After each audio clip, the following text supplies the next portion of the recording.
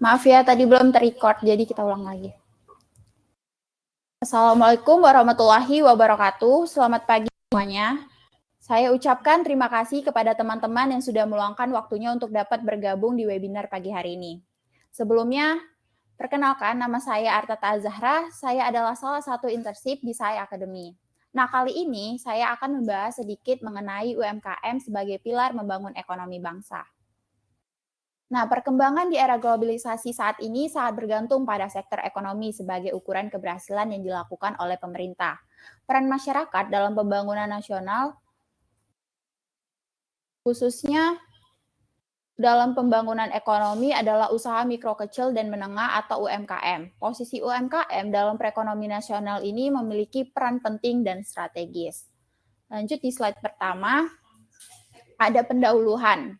Nah, pendahuluan ini berisikan dasar-dasar dalam membangun ekonomi bangsa. Di poin pertama ini terdapat pengertian pembangunan ekonomi. Nah, pembangunan ekonomi itu merupakan hal hargaan dalam suatu negara yang utamanya dalam meningkatkan pendapatan dan meningkatkan kesejahteraan dalam analisis makroekonomi. Nah, poin kedua itu ada tujuan utama dari pembangunan ekonomi, yaitu adalah meningkatnya jumlah barang dan jasa serta peluang kerja bagi masyarakat. Pelaksanaan pembangunan ekonomi harus melibatkan seluruh lapisan masyarakat dan pemerintah dalam mengambil inisiatif pembangunan daerah dengan menggunakan seluruh dukungan sumber daya yang ada dan merancang serta membangun ekonomi daerah. Nah, poin ketiga itu ada pengertian pembangunan nasional. Pembangunan nasional merupakan usaha peningkatan kualitas manusia dan masyarakat Indonesia yang dilaksanakan secara berkelanjutan dan berlandaskan kemampuan nasional dengan memanfaatkan kemajuan teknologi dan ilmu pengetahuan. Pembangunan nasional meliputi aspek kehidupan bangsa dan negara yang dilaksanakan oleh pemerintah dan masyarakat. Pelaku utama pembangunannya itu adalah masyarakat sendiri. Jadi sementara pemerintah memiliki kewajiban mengarahkan dan melindungi serta membangun iklim yang kondusif, aman, dan tentram guna menunjang pembangunan nasional. Nah, di poin terakhir itu ada peran masyarakat dalam pembangunan nasional. Yang utamanya itu adalah dalam membangun ekonomi UMKM, yaitu posisi usaha mikro kecil menengah dalam perekonomian nasional memiliki peran yang sangat penting dan strategis.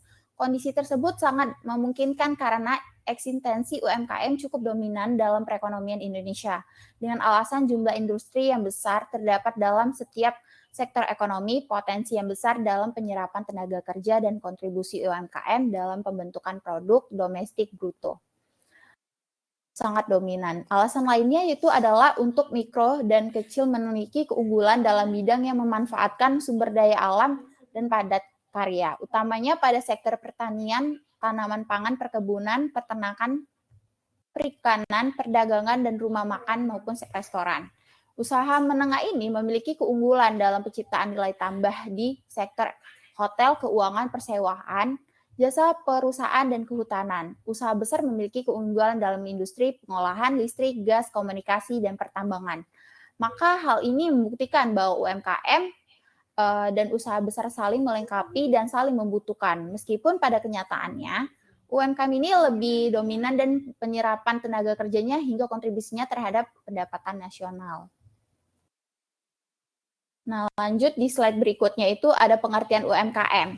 UMKM itu adalah usaha mikro kecil dan menengah yang memiliki definisi yang berbeda pada setiap literatur menurut beberapa instansi atau lembaga bahkan undang-undang. Sesuai dengan Undang-Undang Nomor 20 Tahun 2008 tentang usaha mikro kecil dan menengah, UMKM itu dapat didefinisikan ada beberapa, yaitu yang pertama ada usaha mikro, yaitu usaha produktif milik orang perorangan dan atau badan usaha perorangan yang memenuhi kriteria usaha mikro sebagaimana diatur dalam undang-undang, yaitu usaha ini termasuk kriteria usaha mikro karena usaha yang memiliki kekayaan bersih mencapai 50 juta dan tidak termasuk bangunan dan tanah tempat usaha. Hasil penjualan usaha mikro setiap tahunnya paling banyak 300 juta. Nah, yang kedua itu ada usaha kecil, yaitu usaha ekonomi produktif yang berdiri sendiri yang dilakukan oleh orang perorangan atau badan usaha yang bukan merupakan anak perusahaan atau bukan cabang.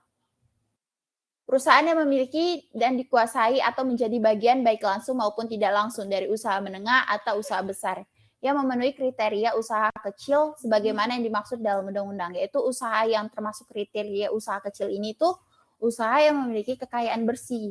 Jadi dari 50 juta dengan maksimal yang dibutuhkan mencapai 500 juta hasil penjualan bisnis setiap tahunnya. Antara 300 juta sampai paling banyak 2.500.000.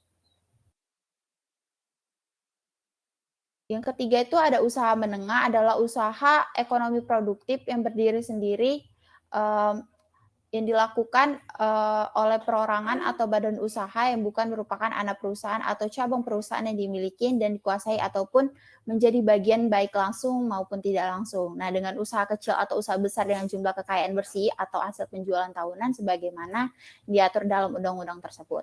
Usaha menengah ini sering dikategorikan sebagai bisnis besar dengan kriteria kekayaan yang bersih yang memiliki pemilik usaha mencapai lebih 500 juta hingga 10 juta dan tidak termasuk bangunan dan tanah tempat usaha. Hasil penjualan tahunannya itu mencapai 2 miliar sampai 50 miliar. Nah, di slide berikutnya ini ada karakteristik UMKM di Indonesia.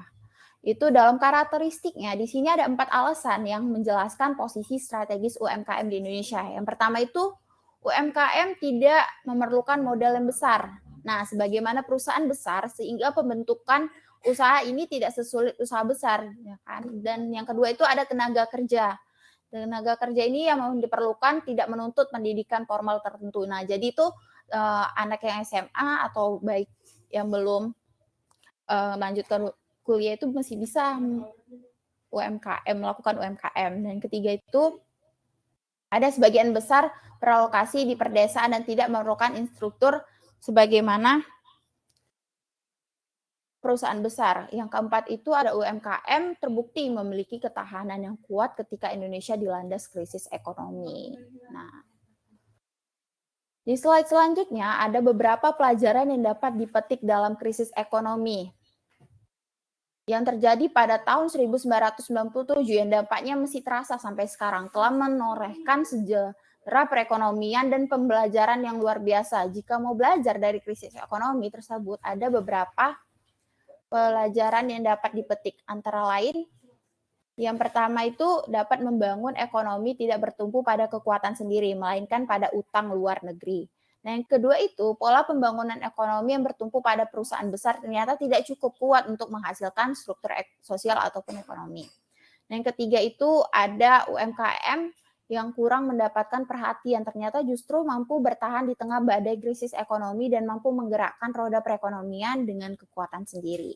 Nah, dari belajar dari krisis ekonomi tersebut, kita UMKM dapat diakui sebagai sektor usaha yang sangat penting karena peran dan fungsinya dalam perekonomian sangat strategis dan pemerintah mulai memberikan perhatian pada UMKM. Meskipun demikian, UMKM telah membutuhkan dukungan dari berbagai pihak dalam penguatan UMKM guna pengembangan UMKM itu sendiri. Perkembangan dan pertumbuhan UMKM perlu terus ditingkatkan karena perannya dalam menyediakan lapangan kerja yang secara langsung akan mengurangi pengangguran yang berujung pada mengatasi kemiskinan.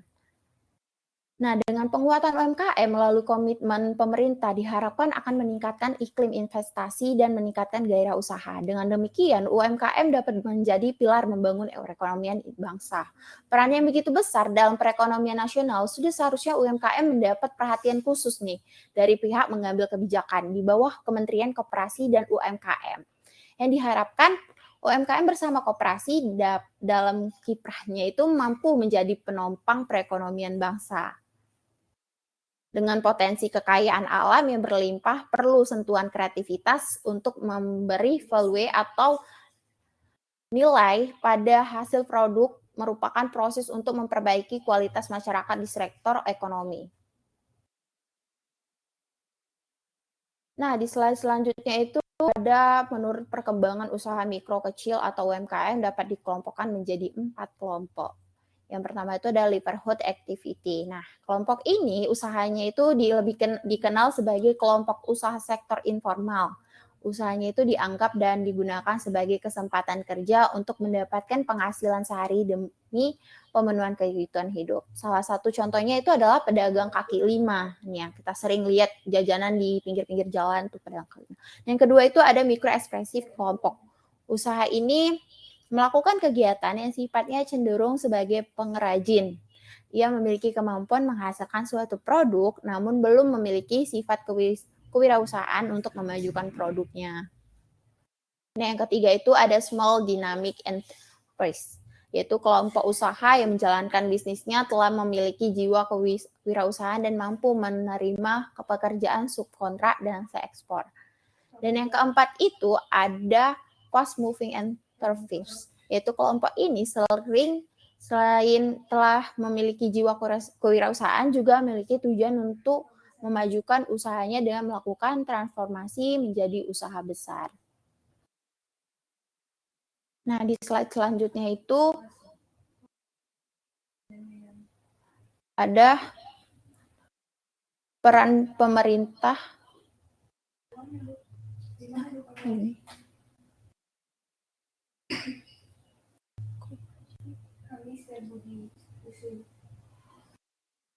Nah, selanjutnya itu ada peran UMKM dalam perekonomian bangsa. Usaha kecil, mikro, dan menengah merupakan bagian penting dalam perekonomian suatu bangsa. Karena peran pentingnya tersebut, pemerintah terus melakukan upaya mengembangkan UMKM. Maka dari itu perlu dukungan dari berbagai kalangan untuk penguatan UMKM melalui peningkatan sumber daya alam. Dan seperti diungkapkan oleh Suyatno tahun 2000 bahwa untuk dapat meningkatkan daya saing UMKM diperlukan meningkatkan kemampuan teknologi dan daya kreatif inovatifnya. Peningkatan kemampuan teknologi mempunyai hubungan berbanding lurus dengan kemajuan ekonomi. Nah, secara umum UMKM dalam perekonomian ini bangsa memiliki beberapa peran, yaitu sebagai pelaku utama dalam kegiatan ekonomi. Yang kedua itu penyedia lapangan kerja terbesar. Yang ketiga ada pemeran penting dalam pengembangan perekonomian lokal dan pemberdayaan masyarakat. Yang keempat itu ada pencipta pasar baru dan sumber inovasi. Serta yang kelima itu ada kontribusinya terhadap neraca pembayaran.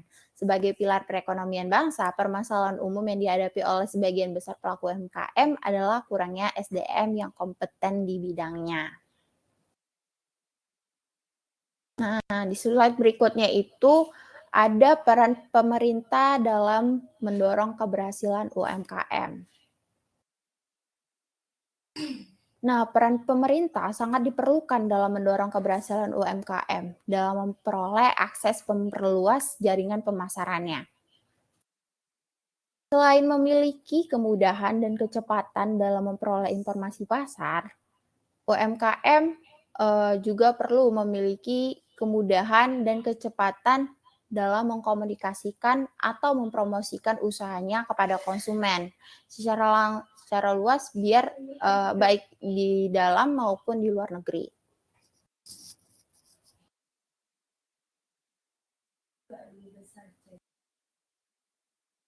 Nah, di slide selanjutnya itu ada bagan mengalokasikan kredit pembiayaan pada UMKM. Untuk mendukung penguatan UMKM ini, banyak Indonesia telah mengeluarkan ketentuan yang mewajibkan kepada perbankan untuk mengalokasikan kredit atau pembiayaan kepada UMKM. Mulai tahun 2015 ini ada sebesar 5%. Nah, dari semua sektor UMKM. Dan di tahun berikutnya itu di tahun 2016 sebesar 10%. Nah, tahun berikutnya itu ada tahun 2017 sebesar 15%. Dan pada akhir tahun 2018 juga sudah ditetapkan sebesar 20%. Ketentuan Bank Indonesia tersebutlah yang menunjukkan bahwa pemerintah dan Bank Indonesia sangat merespon perkembangan UMKM. Diharapkan dengan adanya penguatan pemodalan tersebut, pertumbuhan dan perkembangan UMKM benar-benar dapat mewujudkan harapan bahwa penguatan UMKM sebagai pilar membangun ekonomi bangsa.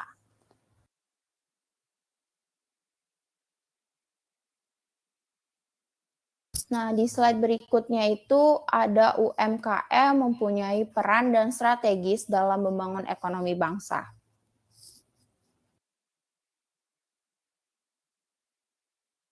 Selain berperan dalam, eee, pembangunan ekonomi dan penyerapan tenaga kerja, UMKM juga berperan dalam pendistribusian hasil-hasil pembangunan. Nah, jumlah pelaku UMKM di Indonesia ini termasuk besar, karena dibanding dengan negara lainnya sejak tahun 2014, jumlah UMKM itu terus mengalami perkembangan dari tahun 2015 hingga 2017. Yang salah satu pemicunya itu adanya tingkat tingginya usia produktif dibanding jumlah lapangan kerja yang tersedia. Kondisi yang demikian memicu pada usia produktif membuka peluang untuk menciptakan usaha sendiri, yang sebagian besar tergolong pelaku usaha sektor industri, usaha mikro, kecil, dan menengah atau UMKM. Nah, berdasarkan perkembangan UMKM tersebut, eh, yang berkembang baik, Presiden RI 2016 juga menyatakan UMKM yang memiliki daya tahan tinggi akan mampu menopang perekonomian bangsa. Juga dikatakan bahwa pemerintah sadar betul nih betapa pentingnya perkembangan usaha mikro kecil dan menengah, bahkan presiden yang berharap agar pelaku UMKM menjadi garda terdepan dan dalam membangun ekonomi bangsa. UMKM telah menjadi tulang punggung perekonomian Indonesia.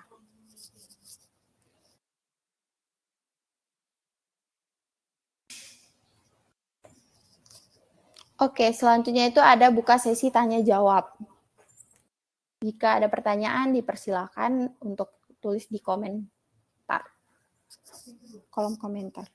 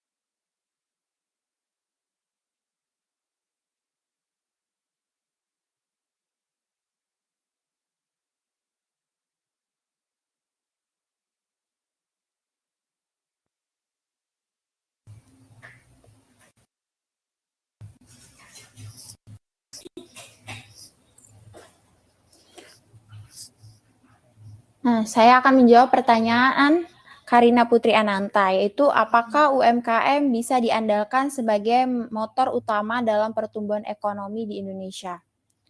Nah, jawabannya itu bisa karena UMKM telah terbukti sepanjang sejarah bangsa muncul sebagai motor penggerakkan penyelamat perekonomian Indonesia.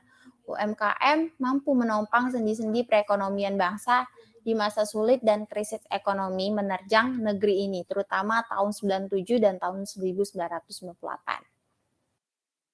Mungkin itu aja. Ada yang lagi yang ingin bertanya, dipersilakan.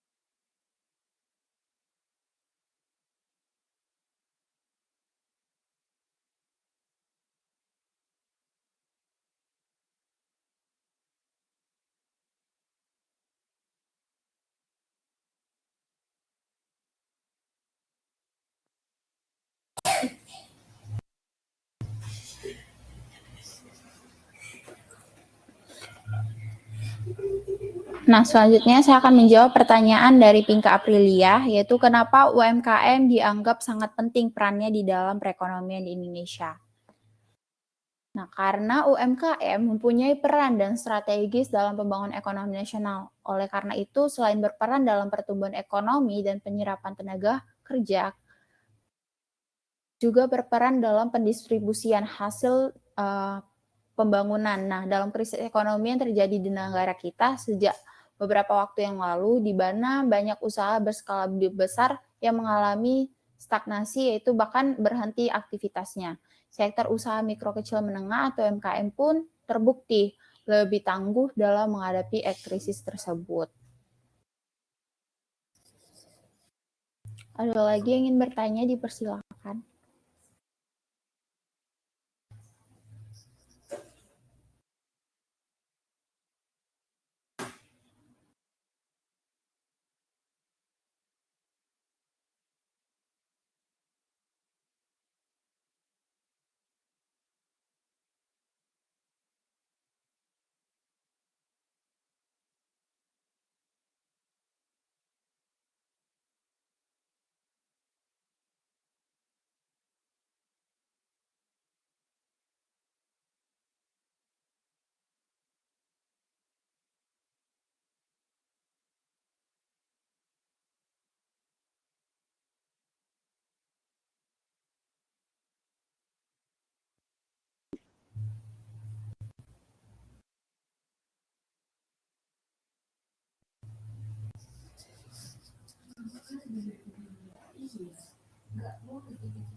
Nah, mungkin tidak ada lagi yang ingin bertanya, saya lanjut ke kesimpulan nih.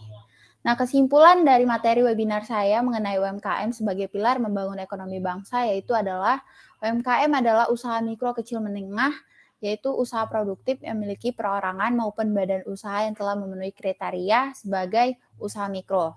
Nah, dengan krisis ekonomi yang melanda Indonesia telah membuat perekonomian bangsa seakan terpuruk. Nah, UMKM yang ditergerai sebagai pahlawan ekonomi yang sangat menyelamatkan ekonomi bangsa dari keterpurukan, hal ini dapat ditunjukkan dengan jumlah pelaku UMKM pasca krisis ekonomi yang terus menambah dari tahun ke tahun. Nah, hal ini juga lah yang membuktikan bahwa UMKM mampu bertahan di tengah badai krisis ekonomi. Nah, UMKM juga terbukti menyerap tenaga kerja yang lebih besar dalam kencang perekonomian bangsa, meningkatnya dari 96% menjadi 97% pada periode sama, yaitu tahun 2012 sampai dengan 2018. Nah, dengan banyaknya tenaga kerja yang terserap, sektor UMKM mampu meningkatkan pendapatan masyarakat. Dengan demikian, UMKM dianggap memiliki peran yang strategis dalam menekan angka pengangguran dan kemiskinan. Nah, atas kontribusi dan peran UMKM tersebut, penting bagi pemerintah untuk terus mendukung UMKM melalui penguatan agar perannya sebagai pilar membangun ekonomi bangsa dapat berjalan secara optimal. Oke, mungkin sekian dari webinar kali ini. Semoga ilmu yang saya berikan bisa bermanfaat bagi kita semua. Sekian, wassalamualaikum warahmatullahi wabarakatuh. Sampai jumpa dan makasih.